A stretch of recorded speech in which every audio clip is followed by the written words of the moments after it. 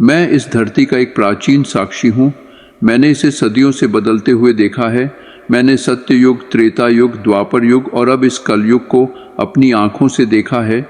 हर युग में इंसान बदलता गया, लेकिन इस कलयुग में जो देखा है वह मेरी आत्मा को कंपा देता है। यह युग सबसे अजीब है। यहाँ सत्य को झूठ और झूठ को सत्य बना दिया गया है। लोग अपने स्वार्थ के लिए रिश्तों को तोड़ देते हैं। नदियाँ सूख रही हैं, जंगल कट रहे हैं और इंसान अपनी जड़ों को ही काट रहा है। जब मैं छोटा था, मैंने सत्ययुग देखा था। उस समय लोग अपने कर्मों को धर्म के अनुसार करते थे। हर जगह शांति और सद्भाव था, लेकिन समय के साथ यह सब बदलने लगा। त्रेता युग में लालच ने अपनी पहली झलक दिखाई। लोग अपने लाभ के लिए दूसरों का उपयोग करने लगे।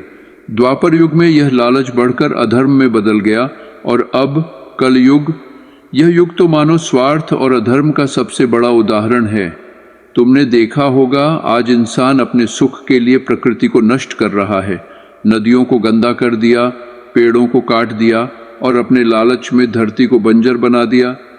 क्या तुम्हें लगता है यह सब बिना परिणाम के रहेगा? नहीं, प्रकृति का न्याय सबसे बड़ा है। वह देर से सही, लेकिन न्याय करती है। आज का मानव केवल अपने लाभ की सोचता है। रिश्ते केवल नाम के रह गए हैं। पैसा और ताकत इंसान के असली भगवान बन गए हैं। यहाँ तक कि धर्म भी अब एक व्यापार बन गया है। क्या यह सब देखकर तुम्हें डर नहीं लगता? क्या तुम्हें नहीं लगता कि यह सब एक चेतावनी है? कलयुग में लोग अपने स्वार्थ के लिए अपने सबसे करीबी लोगों को भी धोखा देते हैं। परिवार अब केवल एक दिखावा बन गया है। प्रेम केवल शब्दों में है, दिलों में नहीं। लेकिन मेरे बच्चों, अभी भी समय है।